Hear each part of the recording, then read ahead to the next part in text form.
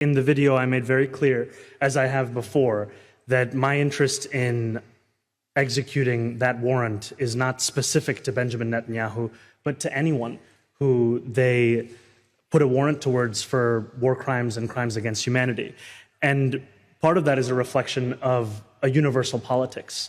And it is from a universal politics that I can look on October 7th and describe it for what it is, which is a horrific war crime. And I can also look at Benjamin Netanyahu and see the way that he has orchestrated this genocide and also deem him to similarly be a war criminal. And I think especially at a time when there are those in Washington who are discussing measures to take apart the International Criminal Court, what so many are looking for is a sense that there is in fact a rule of law across the world where there are crimes that are so grave that they offend all of humanity. And I believe that we should hold those who perpetrate them accountable, no matter who they are. I've been very clear about the fact that I believe that the warrant that the International Criminal Court has placed upon Benjamin Netanyahu is one that should be honored. And I've also been clear about the fact that I would follow and respect our local laws. And so I asked my team to do a review of all applicable law, and it's clear that the city does not have the authority to execute this warrant. However, what is also clear is that the federal government does have the authority to execute this warrant. And I call on the federal government to join the International Criminal Court and to execute both this warrant as well as any warrant that the International Criminal Court holds. Thank you. Out of respect for decision. And when it comes to Palestinian New Yorkers who are disappointed, I understand it, because we are talking about someone who has been charged with crimes against humanity, someone who has visited the city on many an occasion and who has been welcomed by previous mayors. And I want to make it very clear that that welcome ends with me. I will not be welcoming Benjamin Netanyahu or any other war criminals when they come to this city. And I do believe that our federal government should join the International Criminal Court and ensure that there is accountability when it comes to crimes against humanity.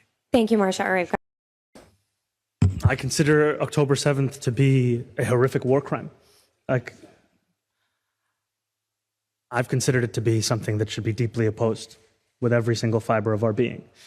And what I would also say is what brings me to my conclusions about Israel and Palestine, about the world beyond, is a belief in the universality of humanity. And what universality means is that we cannot pick and choose which crimes against humanity we oppose. We must be in opposition to all of them.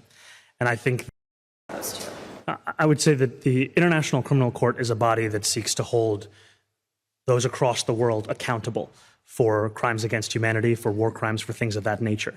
And I think that the United States should not only be a party to that court, but should also execute the warrants that that court issues. And what I have spoken up about Nicolas Maduro, who I've also described appropriately as a dictator, is that the violation of international law is one that has to also be taken very seriously. It stems from the same belief in the International Criminal Court. And now he is here in New York City. On that day when the United States did violate international law, I made clear that I was in opposition to that. And it all stems from the same belief in how can there be a sanctity in something beyond an understanding of the world where might is right and justice is simply decided by those who are the strongest.